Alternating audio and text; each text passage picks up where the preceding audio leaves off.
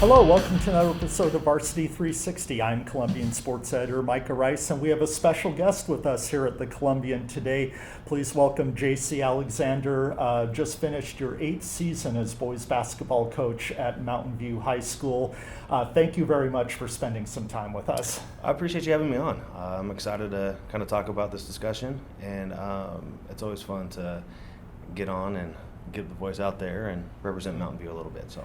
Definitely. Well, we're here to talk about an issue that's been certainly very significant in high school basketball for a long time, but has taken on even more significance, I think, as the year has gone by, and that is athletes transferring between schools. It's long been an issue in high school athletics, and perhaps no sport has been impacted more than basketball, of course. The addition or the loss of one or two really key players can really change the course of a season. There are many reasons athletes transfer, but what is undeniable is that the culture of club and travel teams, where athletes and coaches get to choose their teammates and coaches, has really leaked into high school sports.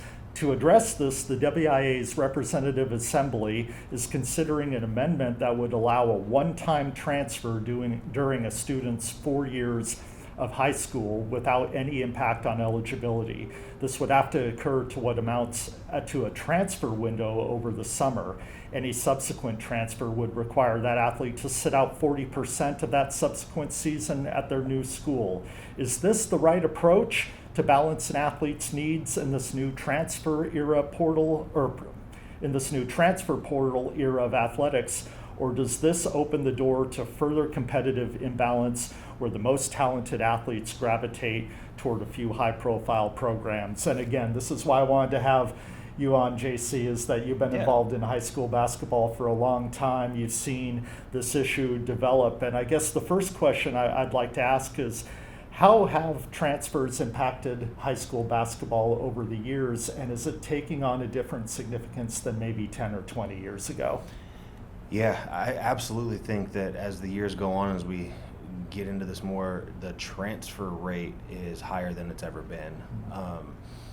I was a transfer. I transferred to Mountain View my senior year from Franklin over in Portland, but that was in 2003, and at that time, the number of transfers and who transferred really wasn't a thing. A lot of kids stayed where they were at. There wasn't as many high schools.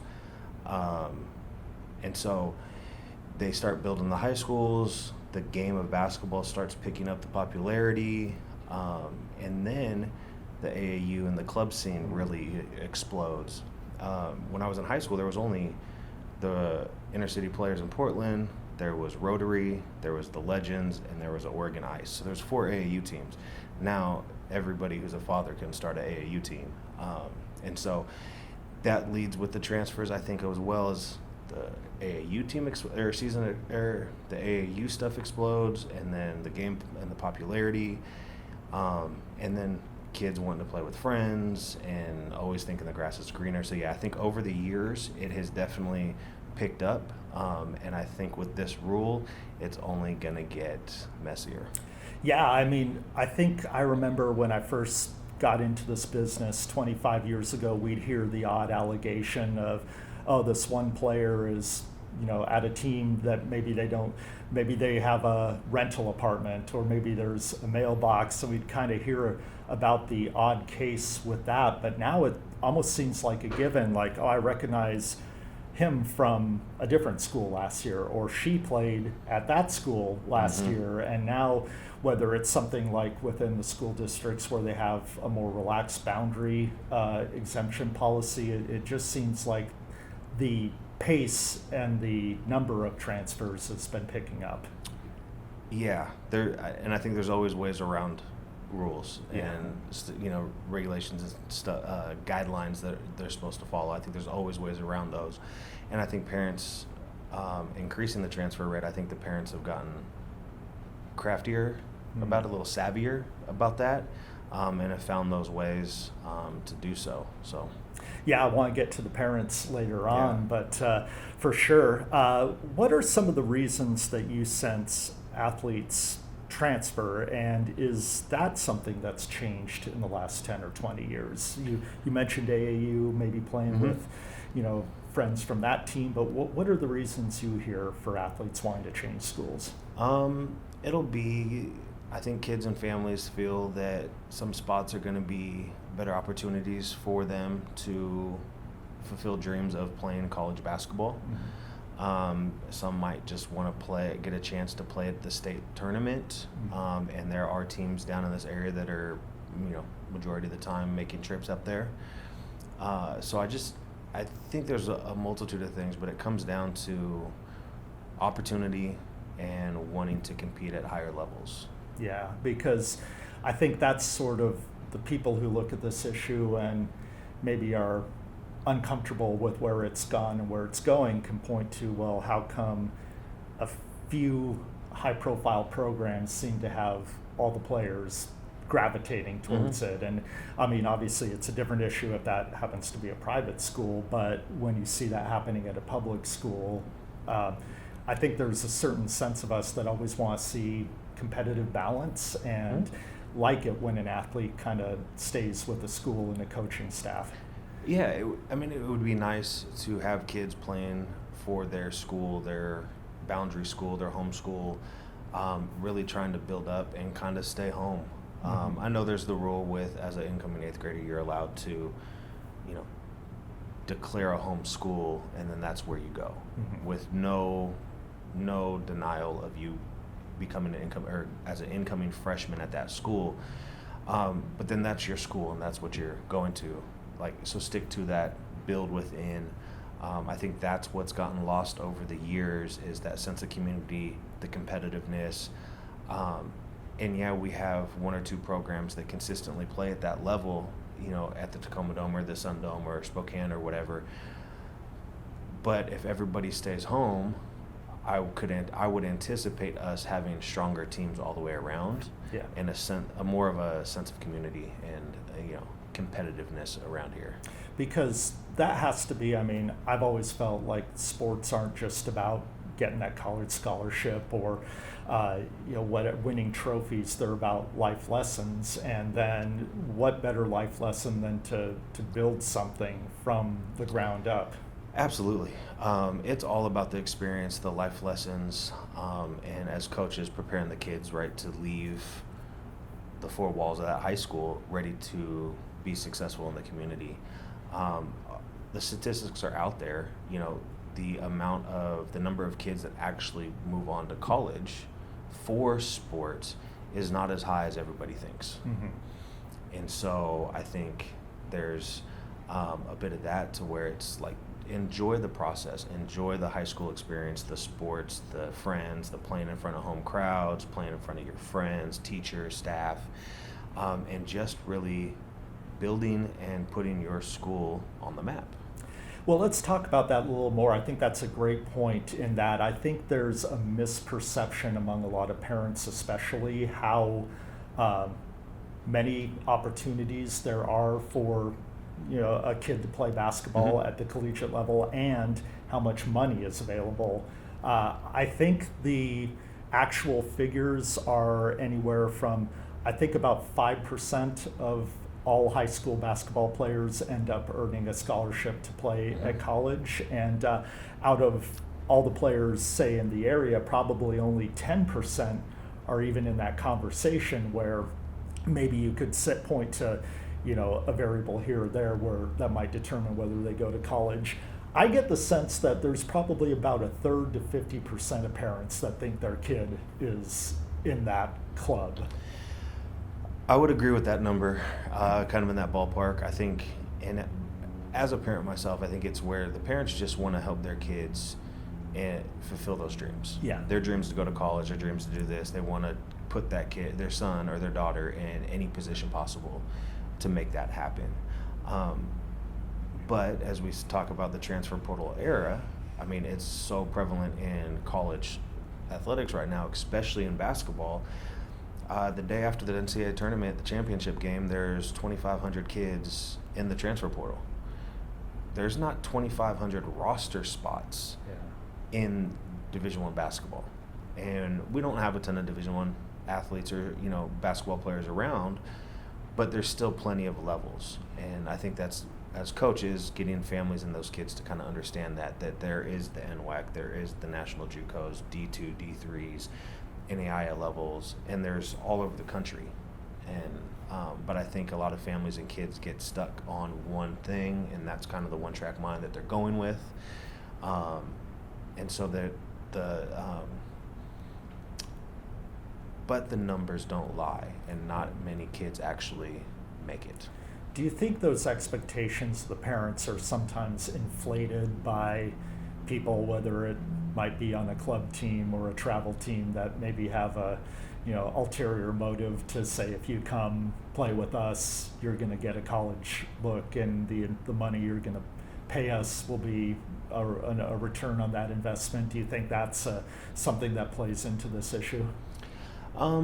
I don't necessarily know maybe with the high schools or anything like that, but I definitely think the club scene and the explosion of AAU and club basketball has really brought that kind of, okay, well, I can go play with this team this week, and I can play with this team next weekend, and well, I just watched this team make it to the championship, and they need a player, so let me jump on that team for the championship of that weekend.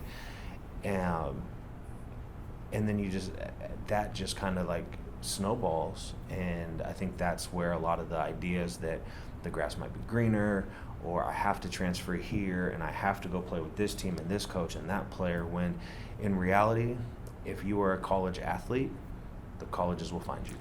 That's a great point. That's always what I've believed, is that if it doesn't matter if you play for Mountain View or Fort Vancouver or a higher, or any school, basically, even at a whether it's the higher classification or down in 1A, if you've got the skills, the tape isn't going to lie. The coaches, this ain't their first rodeo. They're going to see you. Absolutely, and like these Division I coaches, where that's where everybody's goal really is when they're young, like they get paid millions of dollars to scout and recruit and go sit in these tournaments and watch these kids. Like, you're not going to fool them.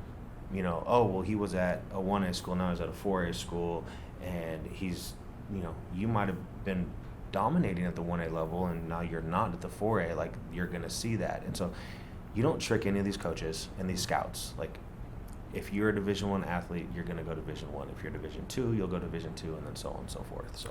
And you could even argue that if you're going to go to one of these programs that, well, there's 3 other kids coming in, maybe a roster spot you thought you were going to have, you're suddenly the 8th person on that bench, and it might have backfired where you would have been the starter on your old school. Absolutely.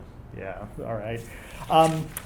So let's talk about this proposed solution that the WIAA is putting forth. And I think you and I were talking before we went on camera here, that if it comes to pass like maybe it could, that it almost seems to mirror a little bit of the transfer portal that we see in college now. If you're talking about, there's going to be a window in the summer where an athlete gets one free transfer, you could see a lot of movement and a lot of people thinking that is the best path forward, where maybe it isn't.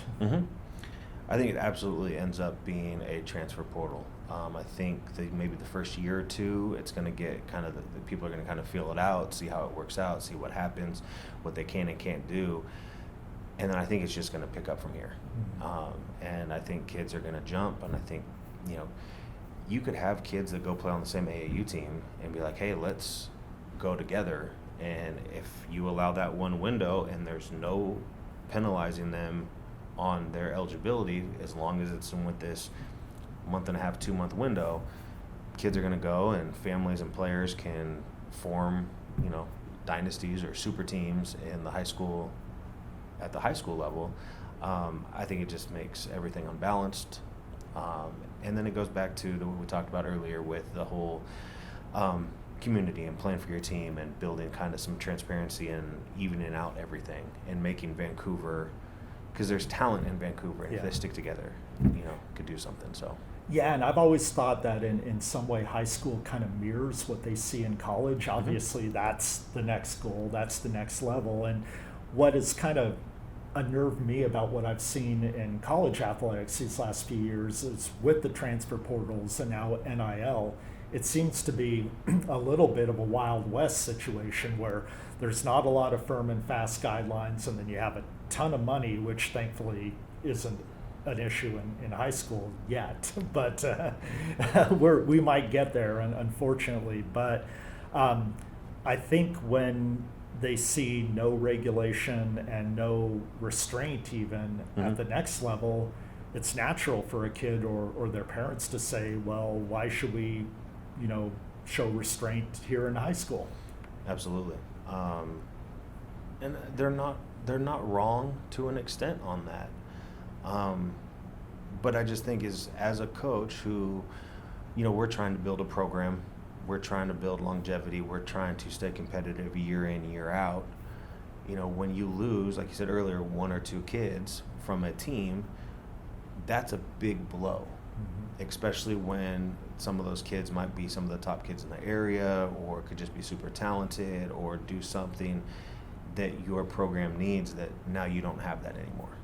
Without talking about any specific kid in your program, do you feel as a coach you have to each year kind of sell your program anew to try to keep players from staying or keep players staying, or do you think that it's not to that point yet and the results speak for itself? Yeah, I don't think it's to that point yet. I think if kids are going to transfer, kids transfer, whether it's my program or Evergreen or Skyview or Union. If kids are going to transfer, they're going to transfer. I have only lost two kids over the 8 years from Mountain View. Majority of the kids stay. I think it goes to what we've built with me and my coaches and the community and the family kind of connectiveness in our program, that we haven't really lost those kids. And so that's been a good thing, but there are schools out there that have taken big blows, and it can hurt you we plan like, oh, we got this group or we got this kid, and well, then all of a sudden we don't have this group, and now we have to pivot and figure something else out, when it would be nice as coaches to just know, like, okay, this is what we got going, and let's work with this and build this out. What would you say is the frustration level from other coaches regarding this issue? Do you think there's a certain few that just accept this is the way it is now?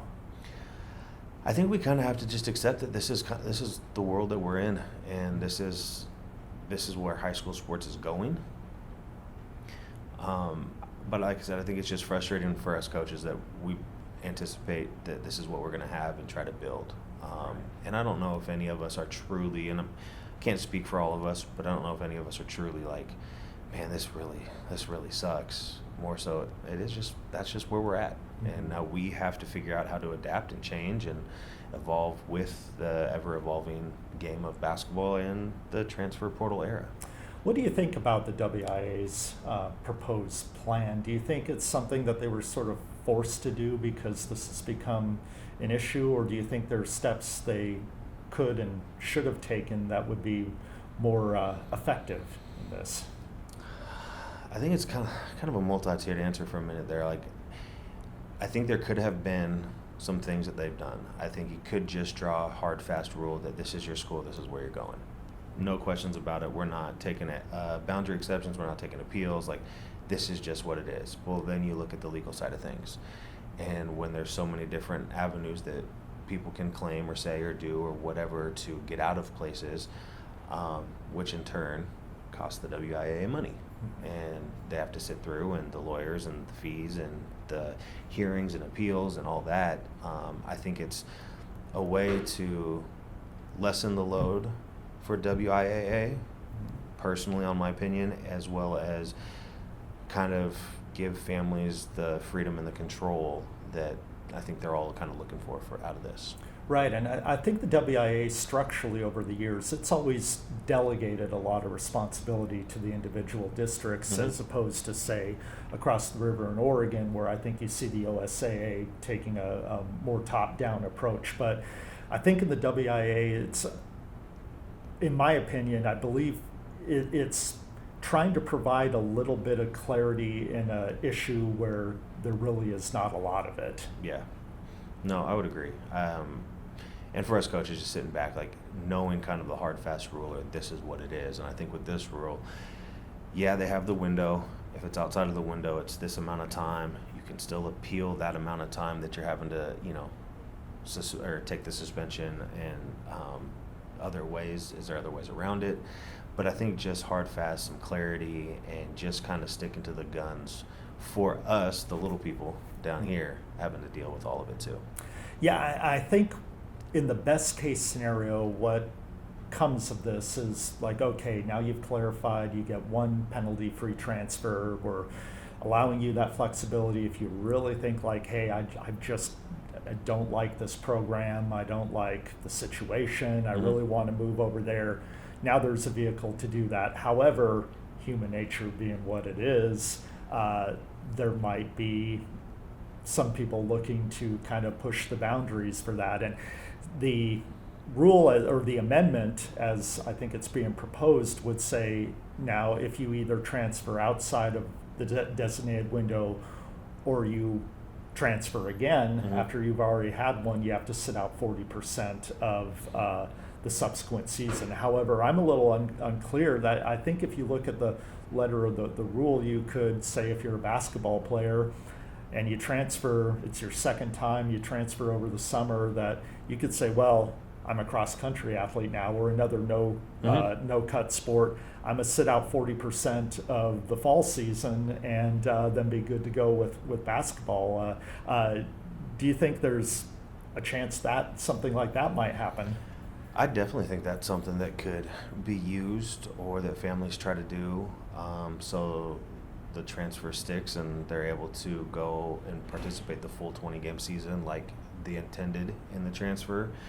I think that also could be the next step with another amendment in a few years, maybe after the WIAA kind of evaluates the whole situation, where, okay, well, now we got to put another little wrinkle into the rule of, okay, well, it's got to be the sport that you're transferring to play, because we all know why a kid's transferring. Very seldom are athletes from another school transferring, because the academics are going to be better. They're transferring for athletics, which again, I think this rule kind of helps alleviate the decision making from the powers above.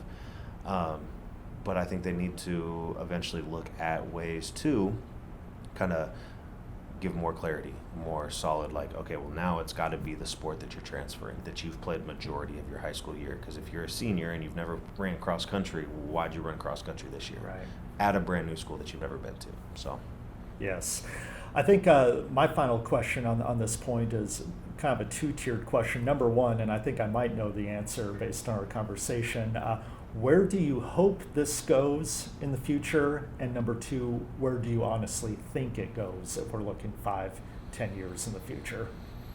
I'm hoping there is a little more control. I'm hoping that athletes and families stay home, that they don't take advantage of this, that athletes and coaches and programs and schools and whatever don't take advantage of it.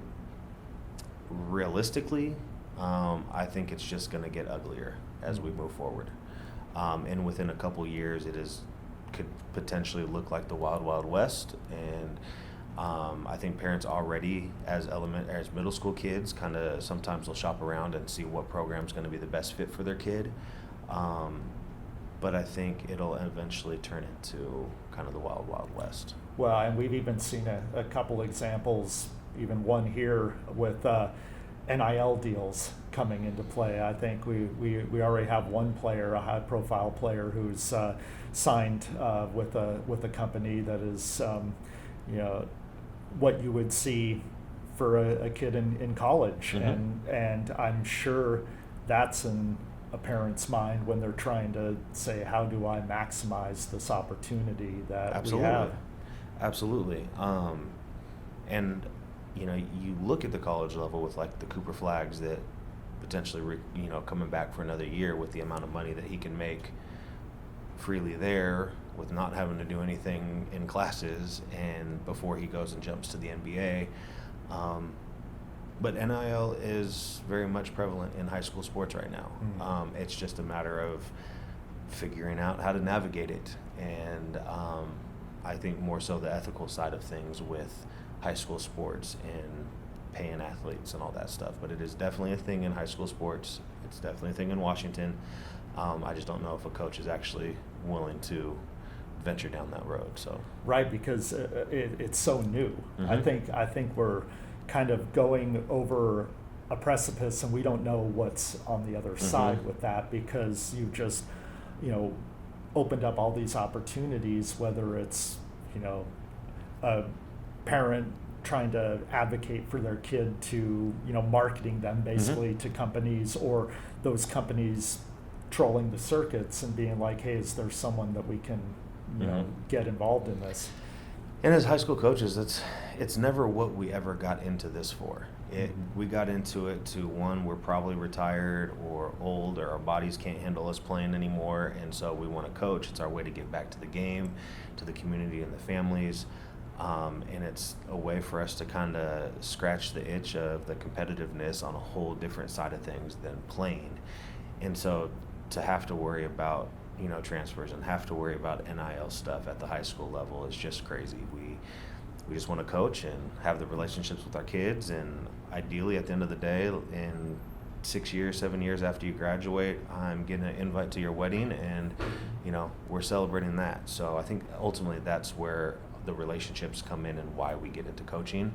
It's definitely not the extra stuff. Right, that's why everybody wants, that coach athlete parent relationship can be so productive and so good. But have you thought about that hypothetical conversation you might one day have when a mom or a dad walks into your office and says, what can I do to maximize little Johnny's earning potential? Yeah, I have not thought about that, nor do I want to even try to attempt thinking about that. It's just, that's a can I don't know if I necessarily want to ever open. But I also, the longer we stay in this, it also wouldn't surprise me if that's something that as coaches we have to start figuring out. Wow. It just, it's a fast-moving issue. I think it's an issue, whether it's transfers or NIL, that's picking up speed and relevance. And so that's just, I can't imagine being in your shoes and trying to keep track of all this and trying to anticipate what might come. Yeah, and I don't think anybody will ever get the transfer situation correct or the right way. I think it's just going to continue to be a Band-Aid that you try to, fix the current issue, that another one's going to pop up, and then you're going to have to fix that one and adjust and stuff. So I don't think WIAA, I don't think any of the GSHL, whatever, any of the districts around the state, I don't think anyone will ever do it the right way or figure it out. We'll just have to continue to evolve and adapt to kind of what the situation is. So. Right. Are there any points I didn't cover that you wanted to bring up, or you think any last words about kind of where you see the situation as it is? No, I think I think you covered it with the questions. There's really nothing else. All right. JC Alexander, I really appreciate your time, and thank you so much for sounding off on this issue, and of course being such a great figure there at Mountain View basketball. I'm really excited for what the future of that program, Thank you. what awaits there. Thank you. I appreciate you guys having me on. All right. Thank you everybody for tuning in, and we will be back next week.